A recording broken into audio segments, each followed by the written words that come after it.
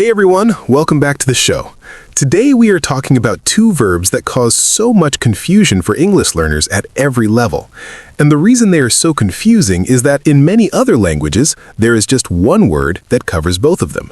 But in English, these two words have very different jobs and very different feelings. Yes, and once you start learning English, you realize that do and make show up everywhere, in almost every conversation, in almost every piece of writing.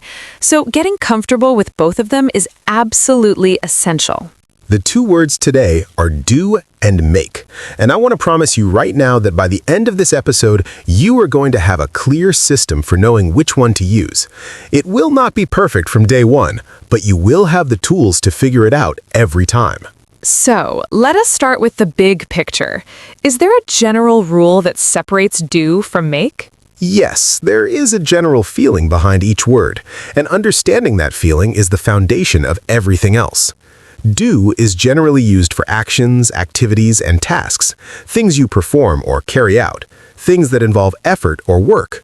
Make is generally used for creating or producing something.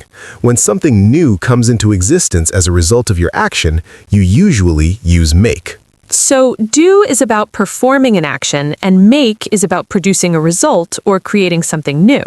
Exactly. When you do something, the focus is on the activity itself. When you make something, the focus is on what comes out of it, the product, the thing that was not there before, now. Can you give a simple example of each to start? Sure. You do your homework. The focus is on the activity of studying and completing tasks. You make a cake. The focus is on the cake that you are creating. The cake is the product that comes out of the action. You do exercise. The activity is the point. You make a plan. The plan is the product that comes out of your thinking. Right. And that general idea of activity versus creation or product will carry you through most situations. But English being English, there are also a lot of fixed expressions that you just have to learn because they do not always follow the rule perfectly. Yes, and that is so true. Some expressions with do and make are just set phrases that native speakers have agreed on over time. They're not always logical, you just learn them. So let's go through the most important uses of do first and then move on to make. Good idea. Let's start with do. The first big use of do is for general activities and tasks, especially ones involving work or effort.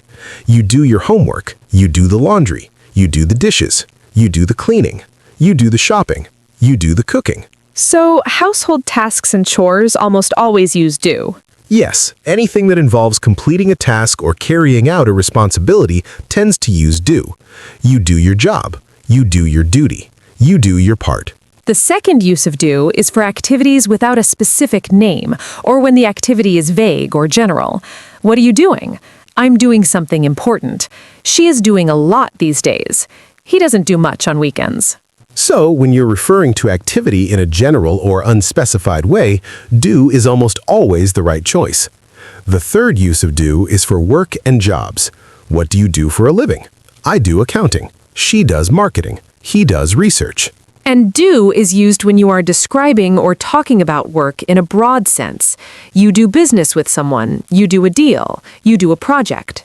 Right, and that general idea of activity versus creation or product will carry you through most situations. But English being English, there are also a lot of fixed expressions that you just have to learn because they do not always follow the rule perfectly. Yes, and that is so true. Some expressions with do and make are just set phrases that native speakers have agreed on over time. They're not always logical, you just learn them. So let's go through the most important uses of do first, and then move on to make. Good idea. Let's start with do. The first big use of do is for general activities and tasks, especially ones involving work or effort. You do your homework, you do the laundry, you do the dishes, you do the cleaning, you do the shopping, you do the cooking. So, household tasks and chores almost always use do. Yes, anything that involves completing a task or carrying out a responsibility tends to use do. You do your job. You do your duty. You do your part. The second use of do is for activities without a specific name, or when the activity is vague or general. What are you doing? I'm doing something important. She's doing a lot these days. He doesn't do much on weekends. So, when you're referring to activity in a general or unspecified way, do is almost always the right choice. The third use of do is for work and jobs. What do you do for a living? I do accounting. She does marketing. He does research. And do is used when you are describing or talking about work in a broad sense. You do business with someone, you do a deal, you do a project. The fourth use is for actions that produce no physical object. You do a favor for someone. You do damage. You do harm. You do good. You do justice to something. You do someone a disservice. Notice these are all about actions and their impact, but nothing physical is created. That's a key signal that do belongs there. Now, let's move on to make. What are the main uses of make? The first and most fundamental use of make is for creating or producing something. You make a sandwich. You make a dress. You make furniture. You make a sculpture. Something physical that did not exist before now exists because of your action. Make also covers producing things that are not necessarily physical. You make a decision, you make a choice, you make a plan, you make a suggestion, you make an offer. Right. These are all things that come into existence as a result of your mental action. Before you thought about it, there was no decision. After your thinking, the decision exists. Make captures that creation. The second major use of make is for causing something to happen or causing a change in state. The movie made me cry. The news made her happy. The cold weather made them uncomfortable. You make someone feel something. So, make can be used to show that one thing caused another thing to happen. It's the cause and effect relationship. Something happened, and that something caused a new state to come into being. The third use of make is for preparing food and drinks. You make breakfast, you make lunch, you make dinner, you make coffee, you make tea, you make a smoothie. Almost all food and drink preparation uses make, not do. You make a meal. You make a snack. You make juice. The fourth use is for communication and speech acts. You make a call, you make a speech, you make a comment, you make a point, you make a promise, you make a request, you make an announcement. These are all things you produce through communication. The call, the speech, the promise, they all come into existence when you perform them. And the fifth major use is for financial and numerical things. You make money, you make a profit, you make a loss, you make a payment, you make a fortune. Now let me ask you about the fixed expressions, because I think this is where a lot of learners struggle. Some combinations just have to be memorized, right? Yes, and that is so true. Some expressions with do and make are just set phrases that native speakers have agreed on over time. They're not always logical, you just learn them. Do a course. Do an exam. Do research. Do business. Do sport or do sports. Do your best. Do well. Do badly. Do someone a favor. Do the right thing. Do time, which means to serve time in prison. Do without, which means to manage without something. And some important fixed expressions with make. Make a mistake. Make an effort. Make progress. Make a difference. Make an exception. Make a noise. Make a mess. Make sense. Make friends. Make love. Make peace. Make war. Make an impression. Make the most of something. Make up your mind. Make believe. Some of those are interesting, like make sense does not really follow the creation rule. There's no physical thing being created. Right. And that is exactly why fixed expressions exist as a category. Make sense has just become the established phrase in English. You say that idea makes sense, not that idea does sense. It's just what native speakers agreed on. And make a mistake is interesting too. You are not creating a mistake in a physical sense. True, but you could think of it as bringing something into existence. Before the mistake was made, it did not exist. After your action, it does. Make captures that moment of something coming into being, even if it is not tangible. That is a really helpful way to think about it. And for fixed expressions, the best approach is to just learn them as whole phrases. Do not try to analyze every single one. Exposure and practice will make them feel automatic over time. Now let us go through the most common mistakes learners make with do and make. Mistake number 1 is saying make homework instead of do homework. Homework is a task you carry out. It's an activity, so do homework. Always do homework. Never make homework. Mistake number 2 is saying do a cake or do dinner when you mean to cook or bake. You make a cake, you make dinner. The food is the product being created, make. Mistake number 3 is saying do a decision instead of make a decision. A decision comes into existence when you think it through. That creation feeling means make. You make a decision. Mistake number 4 is saying make exercise instead of do exercise or do sport. Exercise is an activity, an action. Do exercise, do sport, do yoga, do gymnastics. Mistake number 5 is saying do a mistake instead of make a mistake. This is one of the most common errors. Make a mistake is the fixed phrase in English. Always make a mistake. Mistake number 6 is saying do a suggestion instead of make a suggestion. A suggestion is something you produce through speech. Make a suggestion, make a recommendation, make a comment. Mistake number 7 is getting confused with make and do for job descriptions. You do your job, but you make a living. You do accounting, but you make money from it. So do is about the activity of working and make is about the result or income that comes from it. Exactly. That distinction captures the activity versus product difference really well. Now let me ask you about some tricky cases that I think learners often wonder about. Sure, go ahead. What about make or do a course? Do a course, because a course is an activity you undertake. You attend it, you complete it. You do a course, you do a degree, you do a qualification. What about make or do an effort? Make an effort. Effort is one of those fixed phrases where make has become standard. You make an effort, you make a big effort, you make no effort.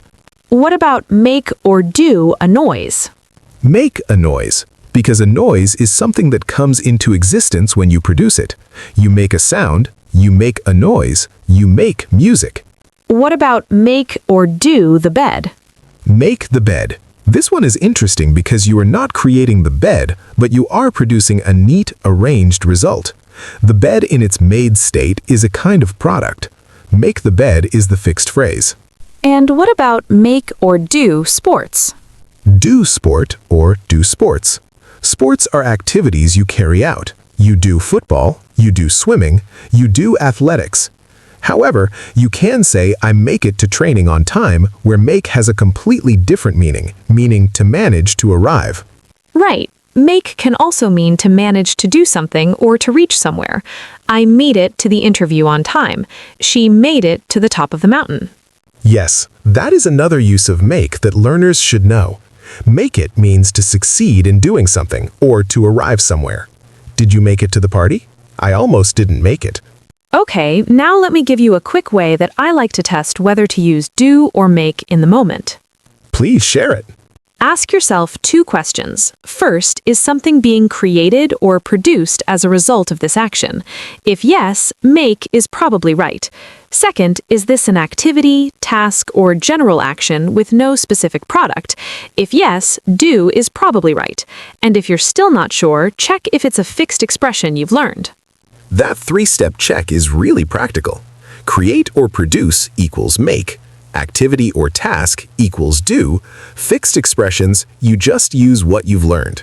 And the more you read and listen in English, the more these fixed expressions will just become part of your natural vocabulary.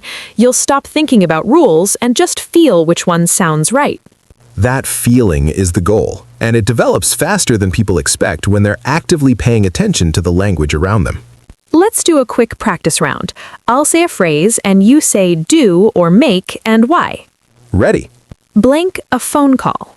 Make a phone call. You're producing communication. Something comes into existence when you make a call. Blank the ironing. Do the ironing. It's a household task, an activity you carry out. Blank a promise. Make a promise. A promise is something you produce through speech. It comes into existence when you say it. Blank your best. Do your best. This is a fixed expression. Do your best means to try as hard as you can. Blank a mess. Make a mess. Another fixed expression. The mess is the result of the action. Blank research. Do research. Research is an activity, a process you carry out. Blank a profit. Make a profit. Money being generated, a financial result being produced. Make. Blank the right thing. Do the right thing. Fixed expression. It means to act correctly or morally. Blank friends. Make friends. You're bringing friendships into existence. Make friends is the fixed phrase. Blank an exam. Do an exam. An exam is an activity you undertake and complete. You handled every single one perfectly. And I want listeners to notice how many of those just feel right once you have the general framework. Activity equals do, creation or production equals make.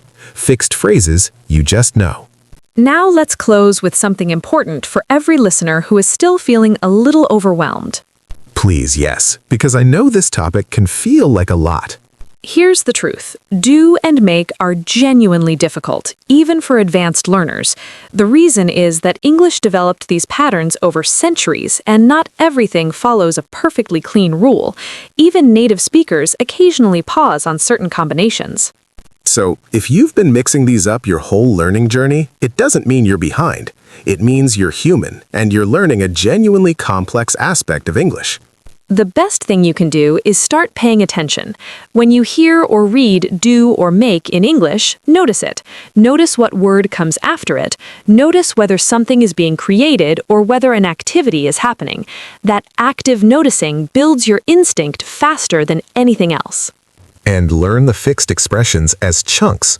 Do not say do a mistake every morning and wonder why it sounds wrong. Actively replace it with make a mistake in your mind until it feels automatic. Little by little, these words will stop feeling like a decision and start feeling like second nature. That's where fluency lives, not in rules, but in instinct. An instinct is built through exposure, attention, and practice. You're building it right now just by being here and learning. That's real progress, and you should feel good about it.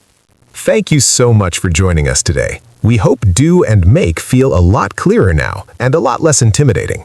Keep going, keep practicing, and we'll see you in the next episode.